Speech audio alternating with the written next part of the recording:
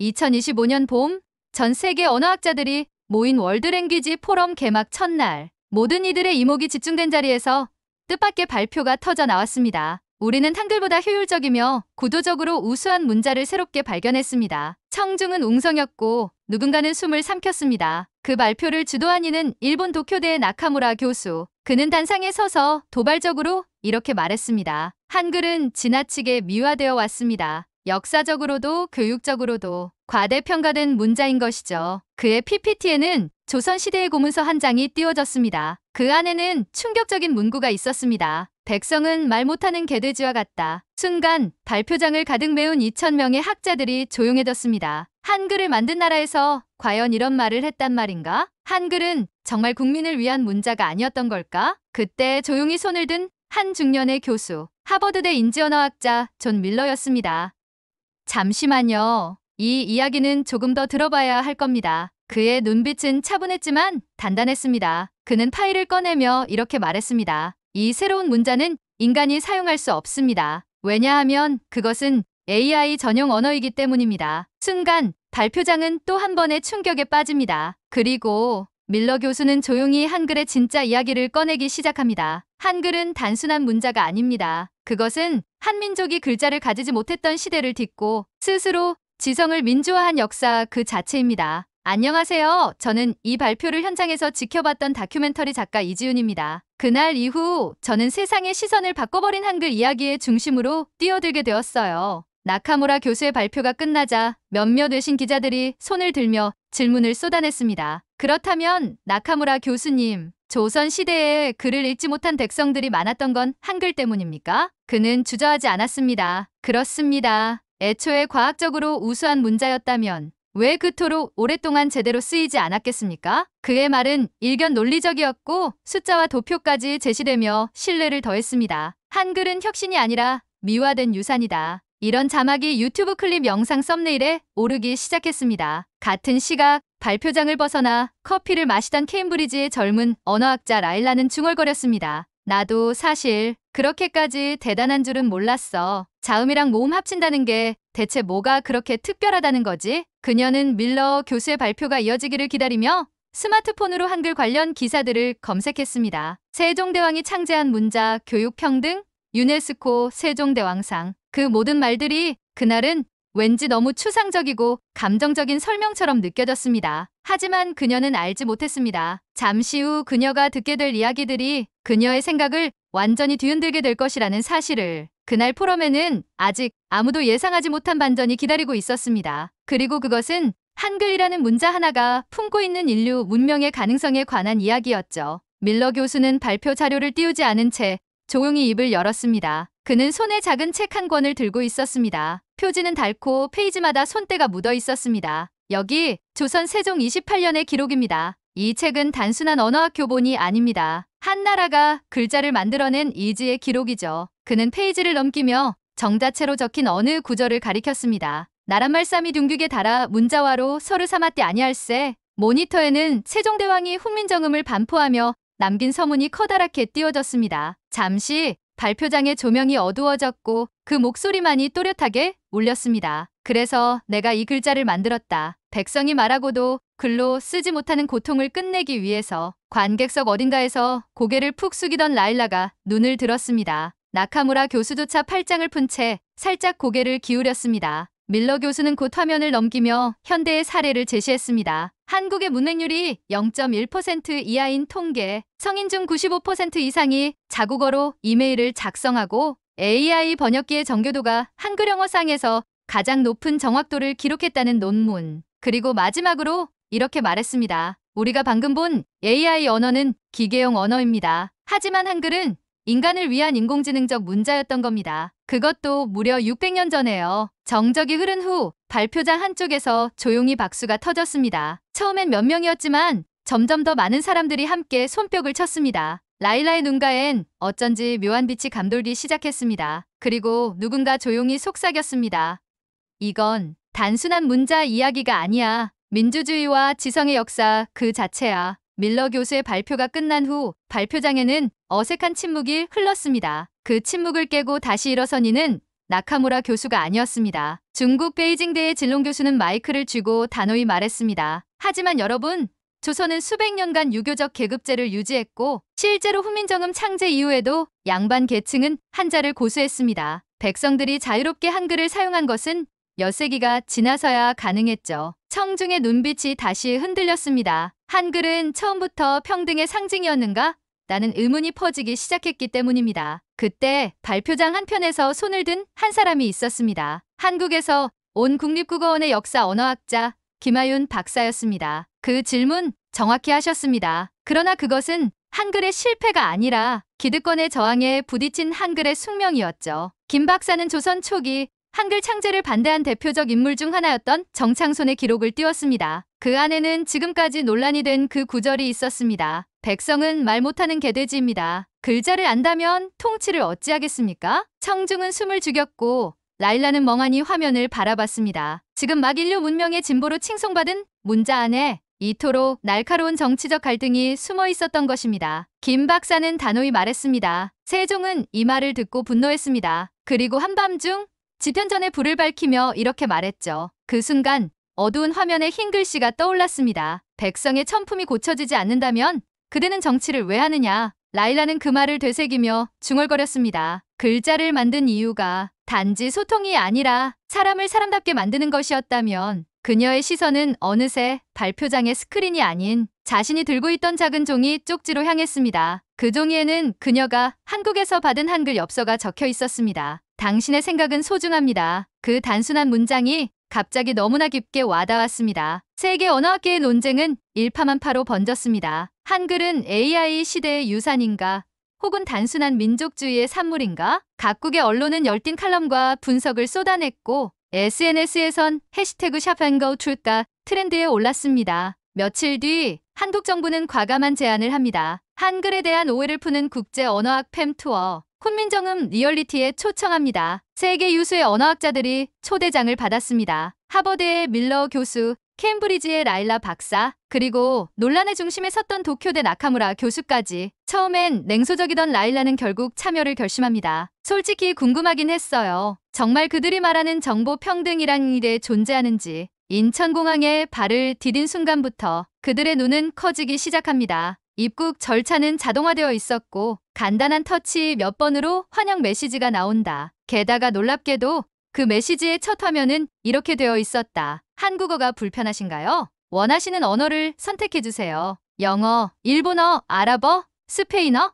그리고 베트남어까지 다국적 언어를 이렇게 세심하게 준비한 나라가 있을까? 나카무라 교수조차 살짝 고개를 끄덕였습니다. 라일라는 공항에서 한국어 안내판을 관찰하다 흠칫 놀랐습니다. 도착이라는 글자 아래 작은 괄호가 있었습니다. 도착 더더 한자 기반 의미 설명 포함. 한글은 단순히 소리를 담는 데 그치지 않고 뜻까지 연결시키는 다층 구도를 가지고 있었습니다. 서울 시내로 향하는 공항철도에서 라일라는 탑승권을 기계로 발급받으며 중얼거렸습니다. 여긴 기술보다 배려가 앞서 있네. 그리고 다음 날 그들은 세종문화회관 지하 자료관으로 향했습니다. 그곳엔 세종의 친필을 디지털 복원한 음운 지도가 있었고 라일라는 손끝으로 리의 음과 흐름을 따라가다 잠시 멈췄습니다. 그녀는 조용히 말했습니다. 이건 단순한 알파벳이 아니에요. 인간의 목구멍을 글로 그려낸 거야. 그 순간 그녀는 한글이 단순한 소리 부호가 아니라 인간의 신체와 인식 그리고 철학까지 담아낸 문자라는 것을 비로소 체감하게 됩니다. 그리고 아직 더 큰 반전이 기다리고 있었습니다. 도쿄에서 왔다는 이유로 나카무라 교수는 한국 언론의 집중 조명을 받았습니다. 하지만 그는 이연했습니다. 난 팩트를 보러 왔을 뿐입니다. 공항철도에서 내린 후 그들은 모두 각자의 숙소로 향했습니다. 나카무라는 서울 종로구의 한 고택 스타일 호텔에 묵게 되었는데 그곳의 체크인 키오스크는 3가지 언어 중 하나를 선택할 수 있도록 되어 있었습니다. 한국어, 일본어, 영어, 일본어까지? 이건 의외군. 호텔 직원은 그가 일본인임을 알아채고 정중하게 묻습니다. 혹시 필요하신 정보가 있다면 일본어 가이드북 드릴까요? 나카무라는 예민하게 되묻습니다. 한국은 일본어에 대해서 거부감이 없는 건가요? 직원은 미소를 잃지 않습니다. 우린 언어로 사람을 판단하진 않아요. 문자는 사람을 위한 도구니까요. 그 짧은 대답이 그의 가슴 어딘가를 건드렸습니다. 그는 떠올렸습니다. 한자 문화권인 일본에서 문자 사용은 계층과 예의범절의 척도였죠. 어느 단어를 어떤 문체로 쓰느냐가 지위를 말해주곤 했습니다. 하지만 지금 자신이 있는 이곳은 달랐습니다. 모든 정보가 한글로 명료하게 표기되어 있고 누구든 글자를 읽을 수 있다는 것을 전제로 설계된 나라. 그는 지하철을 타고 광화문으로 향합니다. 노약자석 근처에 앉은 그는 옆자리에서 스마트폰을 들여다보던 할머니가 음성인식으로 카카오톡 메시지를 보내는 걸 목격합니다. 나카무라 교수가 눈을 크게 떴다. 그를 모를 것 같은 분이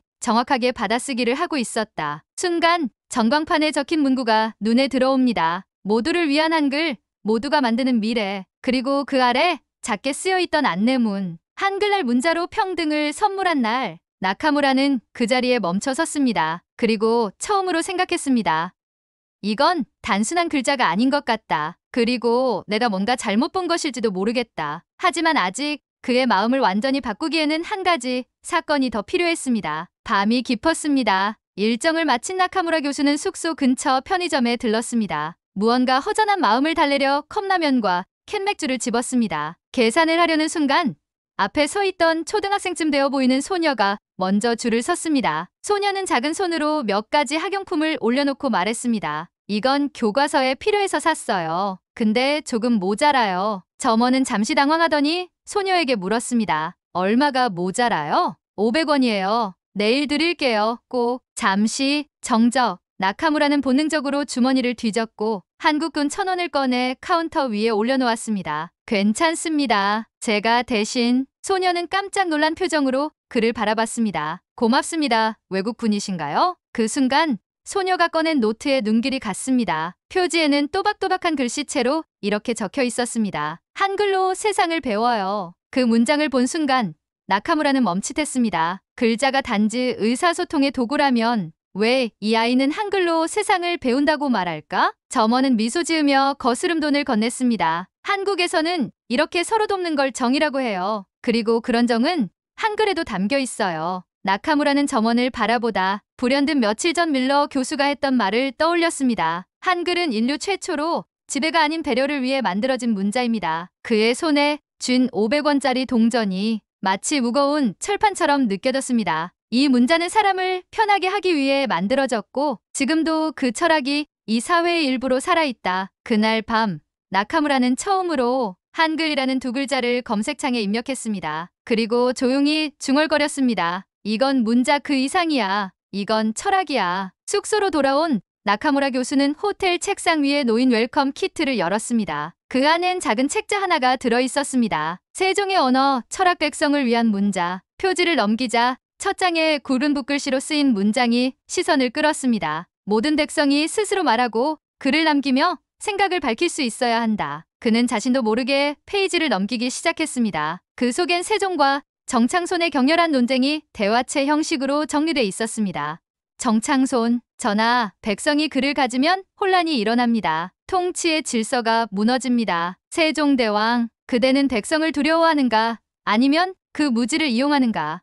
정창손, 그들은 뿌리 깊은 어리석음 속에 삽니다. 세종대왕, 그러면 그대를 어찌 성군이라 부르겠는가? 무지를 깨는 것이 정치다. 백성이 개돼지라면 너는 왜 정치를 하는가? 나카무라는 숨을 들이켰습니다. 이건 단순한 철학이 아니야. 진짜 싸움이 있었던 거야. 글자를 쓸 수 있게 하느냐는 싸움. 그리고 그는 알게 됩니다. 한글은 단지 문자 체계의 혁신이 아니라 지배와 해방의 갈림길에서 태어난 정신의 도구였다는 것을. 그 시각 라일라 박사는 서울대 언어학과 교수와 인터뷰를 하고 있었습니다. 그 교수는 이렇게 말했습니다. 한글은 글자의 민주화입니다. 세종은 글자의 귀천을 없앴습니다. 그리고 지금 이 나라는 그것을 아직도 지키고 있죠. 다음 날 공식 일정은 훈민정음 해례본 원본 열람이었습니다. 고서가 봉인된 아크릴 케이스 앞에 선 나카무라는 마침내 그 속에서 자신이 그토록 깎아내리려 했던 문자의 진짜 존엄을 마주하게 됩니다. 이제 진짜 이야기의 심장이 뛰기 시작합니다. 라일라 박사는 서울대 언어학과에서의 인터뷰를 마친 후 혼자 경복궁 옆 작은 서점을 찾았습니다. 한글 철학이라는 책을 찾으러 간 것이었지만 그곳에서 예상치 못한 것을 발견합니다. 한쪽 벽면에 자음과 모음으로 이루어진 한글 벽화. 그 앞에 서서 아이 둘이 조용히 음절을 조합하며 놀고 있었습니다. 고, 아, 카. 작은 손가락으로 문자를 조립하듯 이어붙이는 그 모습은 마치 블록을 맞추는 듯 단순하고 직관적이었습니다. 그 순간 라일라는 갑자기 밀러 교수가 했던 말을 떠올렸습니다. 한글은 문자가 아니라 모듈형 언어 시스템입니다. 인간의 뇌에 최적화된 알고리즘이죠. 그녀는 자신도 모르게 종이에 고울 써보았습니다. 그 다음은 그리고 마지막으로 글자를 조합하면서 처음으로 쓰기가 아닌 만들기라는 감각이 느껴졌습니다. 그녀는 스마트폰을 꺼내 영어로 필기했습니다. 한글은 쓰는 것이 아니라 조립하는 것이다. 그리고 그 조립에는 규칙이 아니라 공감이 있다. 그날 저녁 라일라는 지하철역의 벤치에 앉아 잠시 숨을 돌리다가 어느 광고판을 보고 눈이 멈췄습니다. 소리를 본다. 한글의 시작. 그 문장은 그녀의 생각을 송두리째 흔들어 놓았습니다. 그 누구도 영어를 만들면서 인간의 성대 구조를 기준으로 설계하진 않았다. 그런데 이 문자는 인간의 발성과 공명을 기반으로 만들어졌다. 순간 무언가 확 트이는 감각이 들었습니다. 이건 단순히 과학적인 문자가 아니야. 인간의 몸과 마음을 위한 언어 설계도야. 그녀는 무언가 쓰고 싶어졌습니다. 자신이 알던 언어, 자신이 배운 지식이 뒤집히는 그 순간을 기억하고 싶었습니다. 그리고 조용히 중얼거렸습니다. 나 이거 논문 써야겠어. 하지만 그 논문을 쓰기도 전에 그녀는 더 깊은 한글의 진실과 마주하게 됩니다. 클라이맥스가 이제 시작됩니다. 훈민정음 해례본 열람실. 유리 케이스 안의 원본 앞에 선 세계 언어학자들. 정숙한 분위기 속에서 라일라 박사가 조심스레 말합니다. 이 글자를 만든 사람이 진짜 왕 맞나요? 가이드는 고개를 끄덕입니다. 백성을 위해 글자를 만든 왕, 세종대왕이죠. 그리고 그 순간 영상실에서 특별한 장면이 재생됩니다. 고증된 배우들의 역사 재현 드라마 세종 28년 집현전. 정창손이 눈을 부릅뜨고 외칩니다. 백성은 본래 말 못하는 자들입니다. 그를 알게 되면 도리를 잊고 반역할 것입니다. 세종은 침묵하다가 천천히 자리에서 일어섭니다. 그의 얼굴은 분노로 떨리고 있습니다. 글자를 가진 자만이 진리를 아느냐? 글 없는 백성은 마음이 없는 것이냐? 정창손은 고개를 숙이지 않습니다. 백성의 천품은 쉽게 바뀌지 않습니다. 세종의 일갈이 울려 퍼집니다. 그렇다면 그대를 묻겠다. 백성의 천품이 고쳐지지 않는다면 그대는 정치를 왜 하느냐? 그 순간 영상실에 있던 라일라와 나카무라의 표정이 바뀝니다. 그 말은 단순한 역사적 문장이 아니라 지금 이 순간을 살아가는 우리 모두에게 던지는 질문처럼 느껴졌습니다. 밀러 교수는 눈을 감고 조용히 읊조립니다. 지배가 아니라 성장의 도구. 한글은 인간을 믿는 문자였군요. 그때 라일라의 가방에서 떨어진 한국어 수첩. 펼쳐진 첫 장엔 그녀가 써놓은 문장이 있습니다. 한글은 인간을 믿는다. 그래서 누구에게나 가르치고 누구에게나 배우게 한다. 나카무라는 조용히 말합니다. 600년 전 일본은 검을 만들었고 조선은 글자를 만들었군요. 그들의 시선이 다시 해례본에 머무릅니다. 유리에 반사된 자신의 얼굴을 바라보며 그들은 그 오래된 문자 안에서 지금껏 있고 지낸 인간에 대한 존엄과 가능성을 봅니다. 그리고 그 순간 해설사가 마지막으로 말합니다. 한글은 소리를 담은 문자가 아니라 사람을 담은 철학입니다.